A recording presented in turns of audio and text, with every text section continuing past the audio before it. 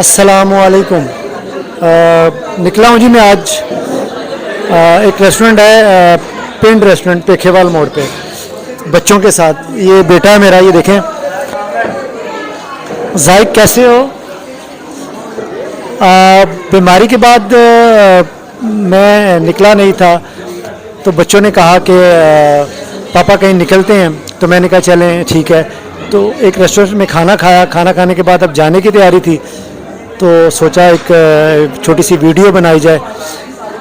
तो मौसम लाहौर का बहुत अच्छा मौसम है, ज़्यादा ठंड नहीं है, तो सोचा एंजॉय किया जाए इस मौसम के साथ, तो बच्चों के साथ। तो बस हम खाना खा चुके हैं और निकल रहे हैं। पाकिस्तान के लिए दुआ कीजिएगा कि अल्लाह पाक इस पाकिस्तान को सलामत रखे।